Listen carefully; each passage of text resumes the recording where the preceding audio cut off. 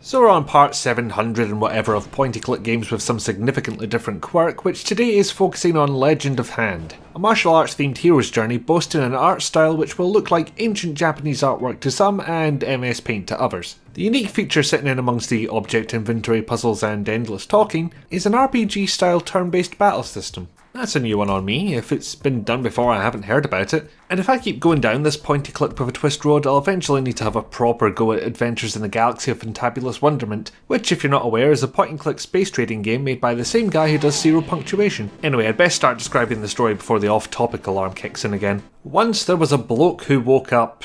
Actually, I'll skip ahead a bit here. You don't really need to see his morning exercises and clothes hunting. You're the local martial arts tournament champion, named to be determined later, and you've been summoned by the Grandmasters for an important quest. There's these islands nearby who were always bamming each other up for no reason until this guy came along from the mainland, that's where you're standing now by the way, possessed of awesome fighting prowess and a top tier charisma stat. He says, "I can bring peace to islands, lol," and then he does exactly that thing I just said.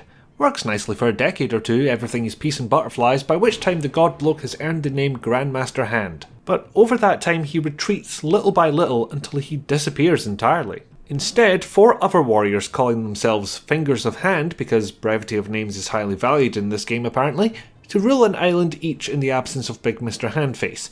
However, the only reason we care about these 4 is because they're the closest link anyone actually has to Mr. Hand, who the people sending you on this quest think may be able to stabilise the crumbling regime on the mainland, much as he did for the islands. So that's your quest. Find Hand, stop your country descending into chaos. And for some reason that involves beating up the Fingers of Hand, because honour and crap. At first, this resembles your average Wadget Eye pointy click. Left click to do, right click to examine, pop out bar at the top of the screen for your inventory. You only get to see a handful of items at once, which I'll forgive for the simple fact that when you go to use an item, they have a hotspot in the centre so you know where to place your cursor. Thanks for that.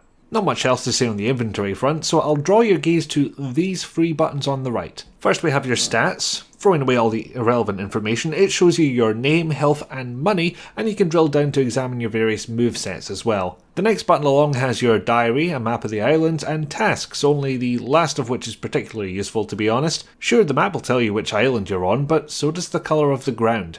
Back to the tasks though. You'll see pop-ups when you receive or complete one of these tasks, and this is a handy feature for keeping track of what you're meant to be doing. Apart from that one time it was completely blank, that wasn't helpful. Button the third is the options button that I completely failed to find when I got my character stuck, which the dev apologised for on Twitter. That was nice of him. The game's been patched since and I couldn't reproduce that same bug, so that's good. It wouldn't have been so bad if I hadn't found the default AGS restart key before I found the save load options and lost an hour's progress. And I'd like to say that it's the only time this bug ever happened for me. Instead, I'm going to have to say save early, save often. At least until the game is properly patched. It's still being updated. Anyway, the game's nice enough to offer you a friendly sparring match before you have to take on an opponent proper. In fact, the combat doesn't come up all that often. This is definitely a point-and-click game with an RPG battle system added, not the other way around. You and your opponent take turns to pick a move. Each move has 2 numbers, potential damage to your opponent and potential damage to you. The problem I have is that you can easily end up doing more damage to yourself than the opponent, and maybe I was simply unlucky, but it's not all that fun when it happens to you. There is a system in place where repeated use of a move improves it in that same way that had us bunny hopping up hills in Morrowind, and the game grants you new moves as part of the story, gives you several opportunities to increase your stats with purchasable items, and presents sparring partners to try all your improvements out on. Sadly, there's an element of grind that's travelled over from the RPG genre, but not the obvious one. You can get more coins via various mini-games like this fishing simulator here. This takes a couple of minutes, gives you about 3 to 4 coins at a time, and you can do it as many times as you want.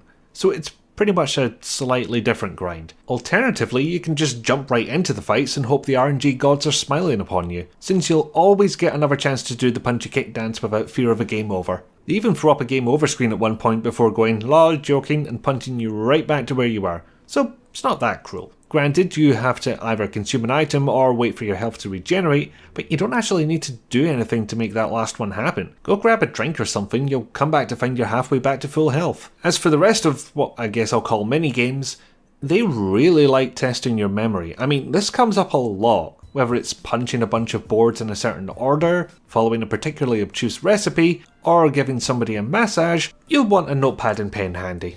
The other major staple is click the thing at the right time. That comes up quite often. Not too difficult, these ones, apart from one particular batch of tasks where apparently even the dev said screw it and gives you an option to skip. And again, that might be the only time where you have to complete the minigame to progress in the story. The other timing-based games are always just ways of making more money. Speaking of money, my usual worry with smaller indie titles is that they don't give you as much gameplay as titles from larger studios. This game cost me £5 and took me at least 7 hours to finish, with only a small amount of wandering around shouting, "What do?" and eventually resorting to watching a friend's Let's Play footage to figure out what I hadn't done yet. Which is the other disadvantage to playing smaller indie titles. If you get stuck, it's much harder to find a walkthrough because no one bothers writing one, including me.